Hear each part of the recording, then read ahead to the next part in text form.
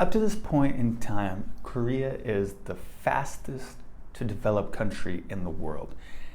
And I think because of this, a lot of Korean people are missing out on one of the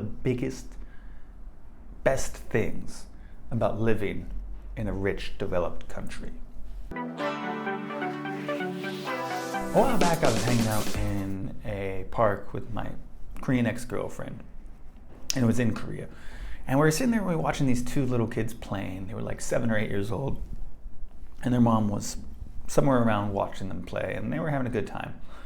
And then I made a joke to my girlfriend, and I said, man, what are those kids doing? They should be studying right now. And it was like, vacation time from school, so it was 2 p.m. and they were just having fun. And my girlfriend, it was a joke, and she knew it was a joke, but she didn't like it. And she said, stop being so stupid and mean. Like, don't be a terrible guy. That's so stupid. You're not funny. And I said, yeah, but right now, the other kids are studying, and they'll get ahead. And my girlfriend turned to me and said, oh yeah, you're right. They should be studying. Now, what she didn't realize at that very moment was I was continuing the joke. I was still messing around. Kids should be allowed to play. Like, you don't have to study when you're 7 or 8 years old. But this story really exemplifies one of, if not the biggest problems in Korean society right now is this crazy competition.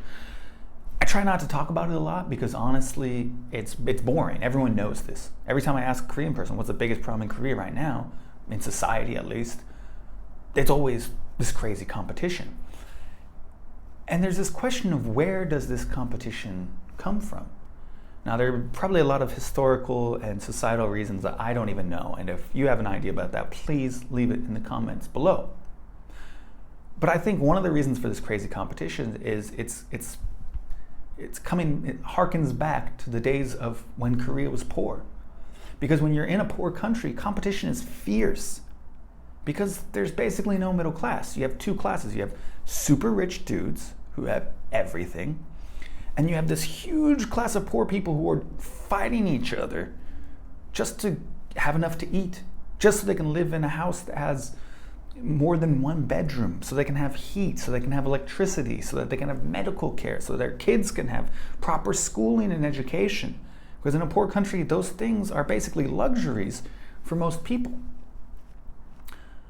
But then for middle class countries, I don't want to say middle class, I should say developed countries, rich countries, where they have a huge middle class, basically everyone or almost everyone is guaranteed those things. Everyone or almost everyone has access to some amount of education.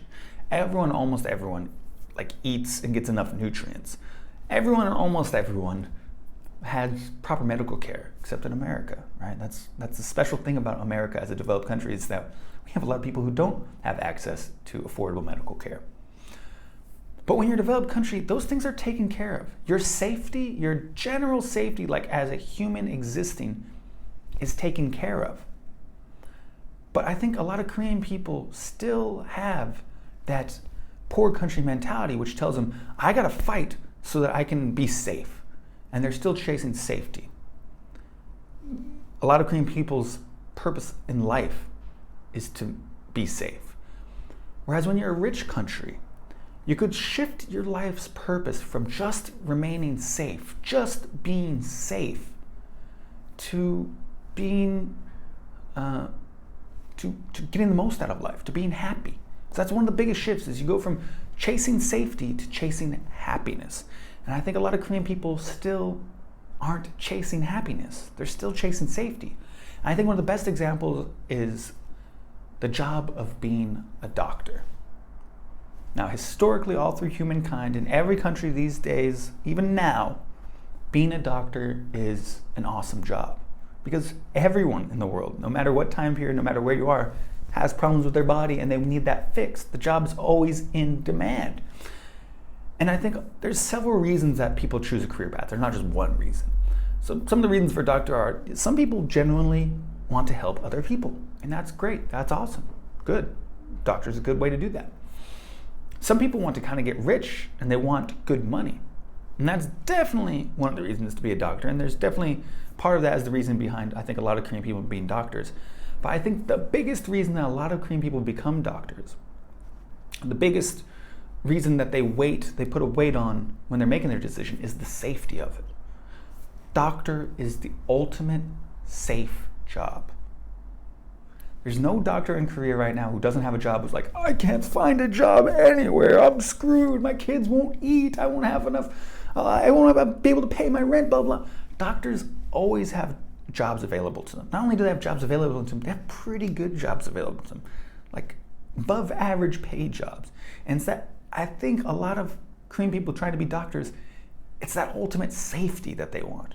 And especially if their parents or grandparents are pressuring them to be a doctor, it's because their parents and grandparents care about them and want them to have that ultimate safety in their life. That maybe if you were, 60 or 70-year-old Korean person now, you remember when not everyone had this safety because you were in a poor country. Not everyone was able to eat as much as they want or have a great place to live and stuff like that. So they're still thinking like that, and they're pressuring younger people to chase that ultimate safety instead of chasing the happiness.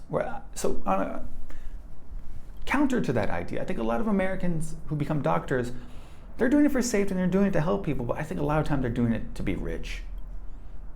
I always make other videos about how we don't care about money as much as Korean people, but there's a lot of people who do care a lot about money, and money's always a thing, and people want to be rich. And when you're a doctor in America, you become rich.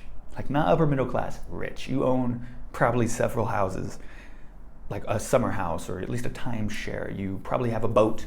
Like you have proper rich people stuff. So that's just my example of how Korean people becoming doctors are chasing safety a lot of times, whereas Americans who are becoming doctors are oftentimes chasing happiness, and they're getting that happiness through being rich. Now, what are the implications of someone chasing happiness instead of chasing safety in their life?